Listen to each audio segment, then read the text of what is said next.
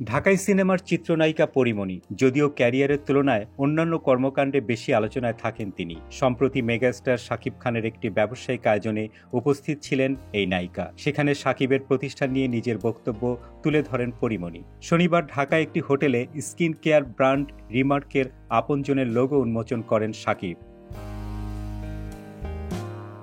সেখান থেকে ফিরেই এদিন রাতে সামাজিক মাধ্যমে কিছু ছবি শেয়ার করেন পরীমণি। সেই ছবিগুলোর পোস্টে ট্যাগ করা হয় শাকিব খানের 3টি প্রতিষ্ঠানের নাম। ছবিতে দেখা যায় চুল বেঁধে ওয়েস্টার্ন বেশভূষায় বেশ অনন্য লুকে ধরা দিয়েছেন পরীমণি। রেড ব্লু টপসের উপরে নেভি ব্লু কোটের উপরে প্লাটিনাম চুমকি বসিয়ে লেখা শাকিবের প্রতিষ্ঠানের নাম সানবিট MXB, সঙ্গে ব্লু কালারের ওয়াইড লেগ ফর্মাল প্যান্ট। আবার রেড টপস থেকে উপরের কোটটি আংশিক সরিয়ে নিজেকে কিছুটা খোলামেলায় ক্যামেরাবন্দি করেন পরীমণি।